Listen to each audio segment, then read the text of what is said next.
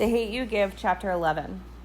Monday morning, I know something is up when I first step into Williamson. Folks are quiet as hell. Well, whispering, really, in little huddles in the halls and the atrium like they're discussing plays during a basketball game. Haley and Maya find me before I find them. Did you get the text? Haley asks. That's the first thing she says. No hey or anything. I still don't have my phone. So I'm like, what text? She shows me hers. There's a big group text with about 100 names on it. Haley's older brother, Remy, sent out the first message. Protesting today at first period. Then curly-haired, dimpled Luke replied, Hell yeah, free day, I'm game. And Remy came back with, That's the point, dumbass. It's like somebody hit a pause button on my heart. They're protesting for Khalil? Yeah, Haley says, all giddy and shit. Perfect timing, too. I so did not study for that English exam. This is like the first time Remy actually came up with a good idea to get out of class. I mean, it's kind of messed up that we're protesting a drug dealer's death, but all my Williamson rules go out the door and Star from Garden Heights shows up. What the fuck that got to do with it? Their mouths open into a perfectly shaped O's. Like, I mean, if he was a drug dealer, Haley says, that explains why. He got killed even though he wasn't doing shit, so it's cool he got killed, but I thought you were protesting it. We are. God, lighten up, Star, she says. I thought you'd be all over this considering your obsession on Tumblr lately. You know what? I say, 1 second from really going off. Leave me alone. Have fun in your little protest.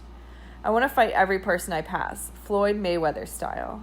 They're so damn excited about getting a day off. Khalil's in a grave. He can't get a day off from that shit. I live it every single day, too. In class, I toss my backpack on the floor and throw myself into my seat. When Haley and Maya come in, I give them a stank eye and silently dare them to say shit to me. I'm breaking all of my Williamson Star rules with 0 fucks to give. Chris gets there before the bell rings, headphones draped around his neck. He comes down my aisle and squeezes my nose, going honk honk, because for some reason it's hilarious to him. Usually I laugh and swat at him, but today, yeah, I'm not in the mood. I just swat. Kinda hard, too. He goes, ow, and gives his hand a quick shake. What's wrong with you? I don't respond. If I open my mouth, I'll explode. He crouches beside my desk and shakes my thigh. Star, you okay? Our teacher, balding, stumpy Mr. Warren, clears his throat. Mr. Bryant, my class is not the love connection. Please have a seat. Chris slides into the desk next to mine. What's wrong with her? He whispers to Haley. She plays dumb and says, dunno. Mr. Warren tells us to take out our MacBooks and begin the lesson on British literature. Not even 5 minutes in, someone says, Justice for Khalil. Justice for Khalil, the others chant. Justice for Khalil. Mr. Warren tells them to stop, but they get louder and pound their fists on the desks. I want to puke and scream and cry. My classmates stampede toward the door. Maya's the last one out. She glances back at me, then at Haley, who motions her to come on. Maya follows her out. I think I'm done following Haley. In the hall, chants for Khalil go off like sirens. Unlike Haley, some of them may not care that he was a drug dealer. They might be almost as upset as I am, but since I know why Remy started this protest, I stay in my seat. Chris does too for some reason. His desk scrapes the floor as it scoots closer to mine until they touch. He brushes my tears with his thumb. You knew him, didn't you? He says. I nod. Oh, says Mr. Warren, I am so sorry, Star. You don't have to. You can call your parents, you know. I wipe my face. The last thing I want is Mama making a fuss because I can't handle all this. Worse, I don't want to be unable to handle it. Can you continue with the lesson, sir? I ask. The distraction would be nice. He smiles sadly and does as I ask. For the rest of the day, sometimes Chris and I are the only ones in our classes. Sometimes 1 or 2 other people join us. People go out of their way to tell me they think Khalil's death is bullshit, but that Remy's reason for protesting is bullshit too. I mean, this sophomore girl comes up to me in the hall and explains that she supports the cause but decided to go back to class after she heard why they were really protesting. They act like I'm the official representative of the black race, and they owe me an explanation. I think I understand, though. If I sit out a protest, I'm making a statement, but if they sit out a protest, they look racist. At lunch, Chris and I head to our table near the vending machines. Jess, with her perfect pixie cut, is the only one there, eating cheese fries and reading her phone. Hey? I ask more than say. I'm surprised she's here. Sup? She nods. Have a seat. As you can see, there's plenty of room. I sit beside her, and Chris sits on the other side of me. Jess and I have played basketball together for 3 years, and she put her head on my shoulder for 2 of them. But I'm ashamed to admit I don't know much about her. I do know she's a senior, her parents are attorneys, and she works at a bookstore. I didn't know that she'd skip the protest. I guess I'm staring at her hard because she says, I don't use dead people to get out of class. If I wasn't straight, I would totally date her for saying that. This time I rest my head on her shoulder. She pats my hair and says, white people do stupid shit sometimes. Jess is white. Seven and Layla join us with their trays. Seven holds his fist out to me. I bump it. Seven, Jess says, and they fist bump too. I had no idea they were cool like that. I take it we're protesting the get out of class protest? Yep, Seven says, protesting the get out of class protest. Seven and I get Sakani after school, and he won't shut up about the news cameras he saw from his classroom window because he's Sakani and he came into this world looking for a camera. I have too many selfies of him on my phone giving the light-skinned face, his eyes squinted and eyebrows raised. Are y'all going to be on the news, he asks. Nah, says Seven, don't need to be. We could go home, lock the door, and fight over the TV like we always do, or we could help Daddy at the store. We go to the store. Daddy stands in the doorway watching a reporter and camera operator set up in front of Mr. Lewis's shop. Of course, when Sakani sees the camera, he says, Ooh, I want to be on TV. Shut up, I say. No, you don't. Yes, I do. You don't know what I want. The car stops and Sakani pushes my seat forward, sending my chin into the dashboard as he jumps out. Daddy, I want to be on TV. I rub my chin. His hyper butt is going to kill me one day. Daddy holds Sakani by the shoulders. Calm down, man. You're not going to be on TV. What's going on? Seven asks when we get out. Some cops got jumped around the corner, Daddy says, one arm around Sakani's chest to keep him still. Jumped, I say? Yeah, they pulled them out their patrol car and stomped them. Gray Boys. The code name for King Lords. Damn. I heard what happened at y'all's school, Daddy says. Everything cool? Yeah, I give the easy answer. We're good. Mr. Lewis adjusts his clothes and runs a hand over his afro. The reporter says something, but he lets out a belly-jiggling laugh. What's this fool about to say? Daddy wonders. We go live in 5, says the camera operator, and all I can think is, please don't put Mr. Lewis on live TV. 4, 3, 2, 1. That's right, Joe, the reporter says. I'm here with Mr. Cedric Lewis, Jr., who witnessed the incident involving the officers today. Can you tell us what you saw, Mr. Lewis? He ain't witnessed nothing, Daddy tells us. Was in his shop the whole time. I told him what happened. I sure can, Mr. Lewis says. Them boys pulled the officers out of their car. They weren't doing nothing either, just sitting there and got beat like dogs. Ridiculous, you hear me? Re-damn-diculous. Somebody's going to turn Mr. Lewis into a meme. He's making a fool out of himself and doesn't even know it. Do you think that it was retaliation for the Cleo Harris case? The reporter asks. I sure do, which is stupid. These thugs been terrorizing Garden Heights for years. How are they going to get mad now? What, because they didn't kill him themselves? The president and all of them searching for terrorists, but I'll name one right now they can come get. Don't do it, Mr. Lewis, Daddy prays. Don't do it. Of course he does. His name King, and he lived right here in Garden Heights, probably the biggest drug dealer in the city. He over that King Lords gang. Come get him if you want to get somebody. Wasn't nobody but his boys who did that to them cops anyway. We sick of this. Somebody march about that. Daddy covers Sakani's ears. Every cuss word that follows equals $1 in Sakani's jar if he hears it. Shit, Daddy hisses. Shit. This mother... He snitched, says Seven. On live TV, I add. Daddy keeps saying shit. Do you think that the curfew the mayor announced today will prevent incidents like this? The reporter asks Mr. Lewis. I look at Daddy. What curfew? He takes his hands off Sakani's ears. Every business in Garden Heights got to close by 9, and nobody can be in the streets after 10. Lights out, like in prison. So you'll be home tonight, Daddy? Sakani asks. Daddy smiles and pulls him closer. Yeah, man. After you do your homework, I can show you a thing or two on Madden. The reporter wraps up her interview. Daddy waits until she and the camera operator leave and then goes over to Mr. Lewis. You crazy? He asks. What, because I told the truth? Mr. Lewis says. Man, you can't be going on live TV snitching like that. You a dead man walking now. You know that, right? I ain't scared of him, Mr. Lewis says real loud for everybody to hear. You scared of him? Nah, but I know how the game works. I'm too old for games. You ought to be too. Lewis, listen. Now, you listen here, boy. I fought a war, came back and fought one here. See this? He lifts up his pant leg, revealing a plaid sock over a prosthetic. Lost in the war. This right here? He lifts his shirt to his underarm. There's a thin pink scar stretching from his back to his swollen belly. Got it after some white boys cut me because I drank from their fountain.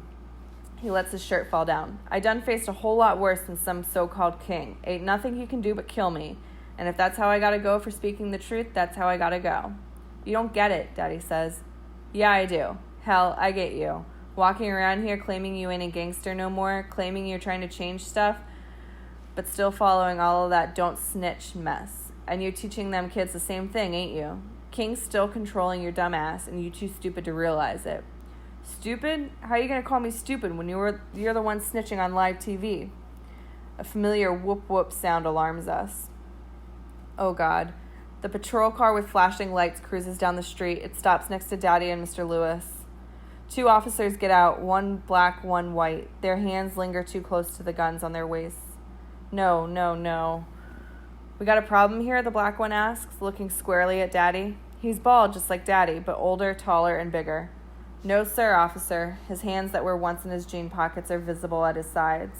You sure about that? The younger white one asks. It didn't seem that way to us. We were just talking, officers, Mr. Lewis says, much softer than he was a minute ago. His hands are at his sides, too. His parents must have had the talk with him when he was 12. To me, it looks like this young man was harassing you, sir, the black one says, still looking at Daddy. He hasn't looked at Mr. Lewis yet. I wonder if it's because Mr. Lewis isn't wearing an NWA t-shirt, or because there aren't tattoos all on his arms, or because he's not wearing somewhat baggy jeans and a backwards cap. You got some ID on you? The black cop asks Daddy. Sir, I was about to go back to my store.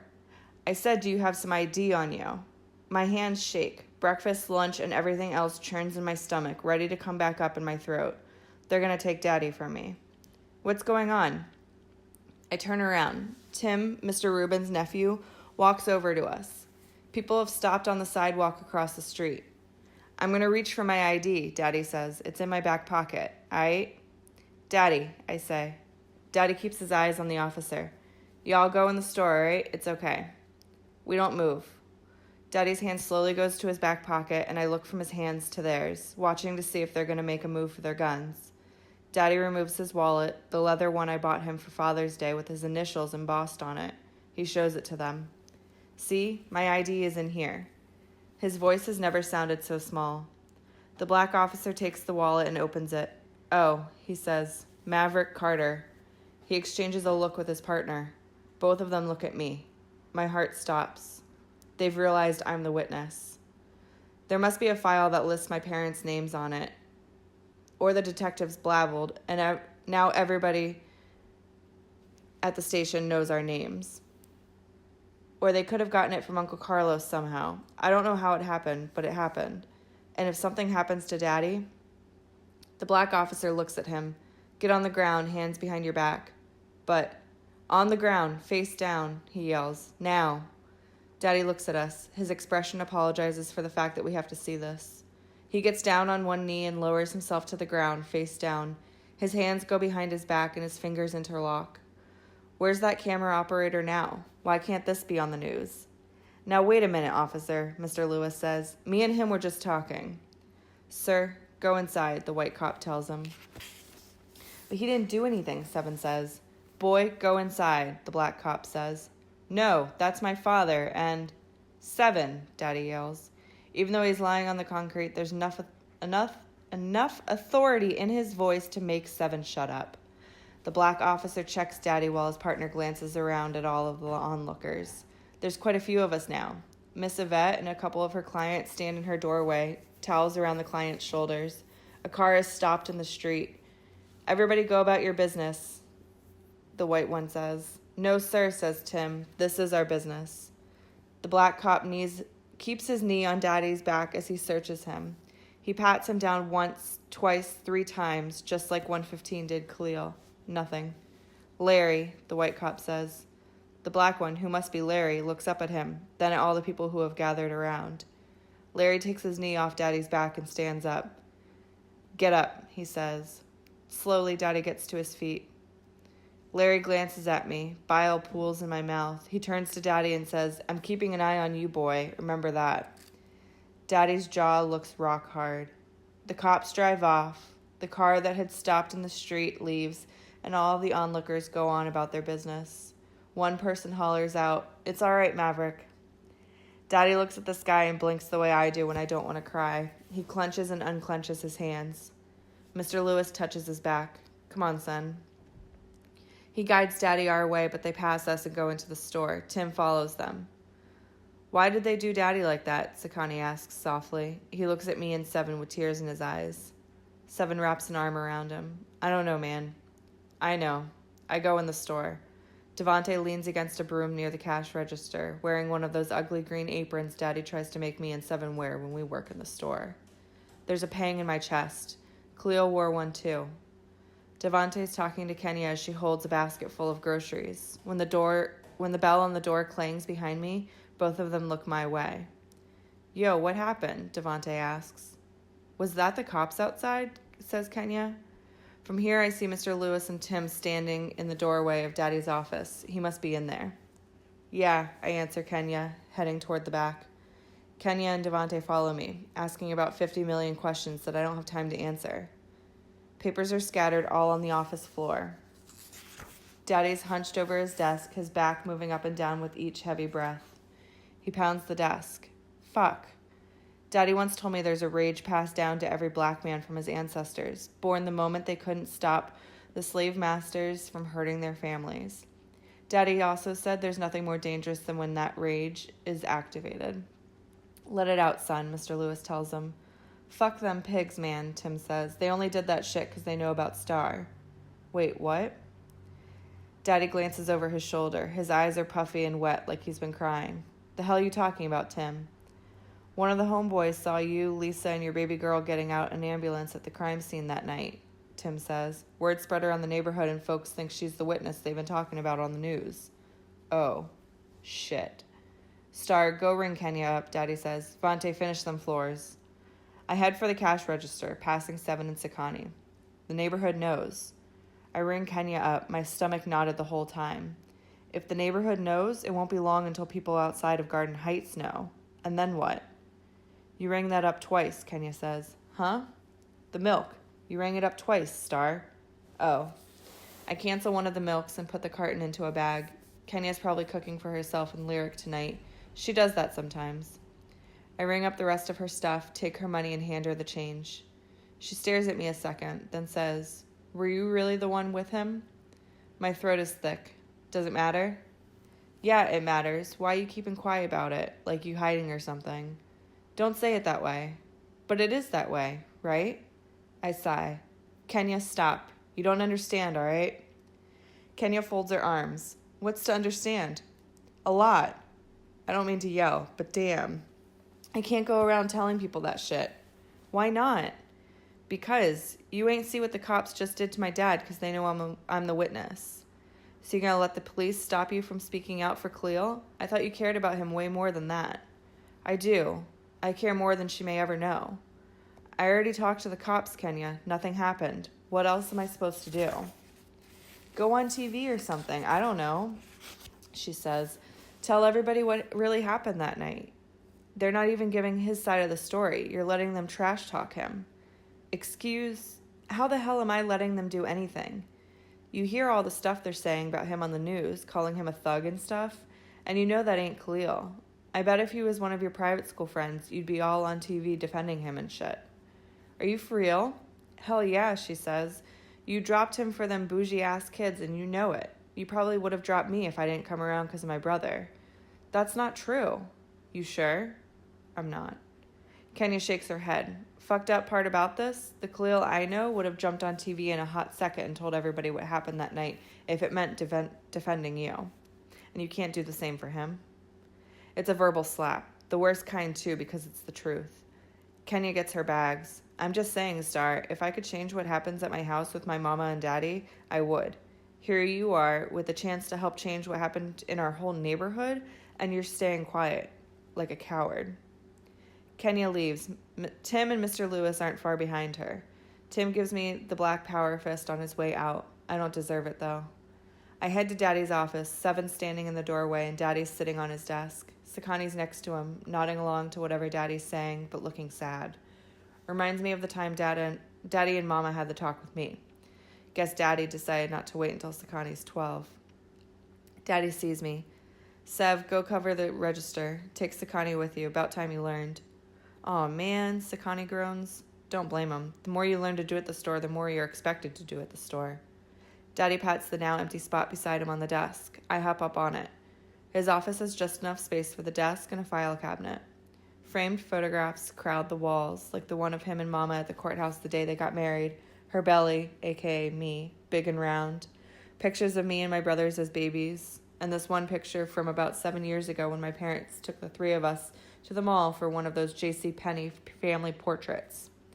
They dressed alike in baseball jerseys, baggy jeans, and Timberlands. Tacky. You all right? Daddy asks. Are you? I will be, he says. Just hate that you and your brothers had to see that shit. They only did it because of me. Nah, baby. They started that before they knew about you. But that didn't help. I stare at my J's as I kick my feet back and forth. Kenya called me a coward for not speaking out. She didn't mean it. She's going through a lot, that's all. King throwing Aisha around like a rag doll every single night. But she's right. My voice cracks. I'm this close to crying. I am a coward. After seeing what they did to you, I don't want to say shit now. Hey, Daddy takes my chin, so I have no choice but to look at him. Don't fall for that trap. That's what they want. If you don't want to speak out, that's up to you, but don't let it be because you're scared of them. Who do I tell you that you have to fear? Nobody but God, and you and Mama, especially Mama when she's extremely pissed. He chuckles. Yeah, the list ends there. You ain't got nothing or nobody else to fear. You see this? He rolls up his shirt sleeve, revealing the tattoo of my baby picture on his upper arm. What's it say at the bottom? Something to live for, something to die for, I say, without really looking. I've seen it my whole life. Exactly. You and your brothers are something to live for and something to die for, and I'll do whatever I gotta do to protect you. He kisses my forehead. If you're ready to talk, baby, talk. I got your back.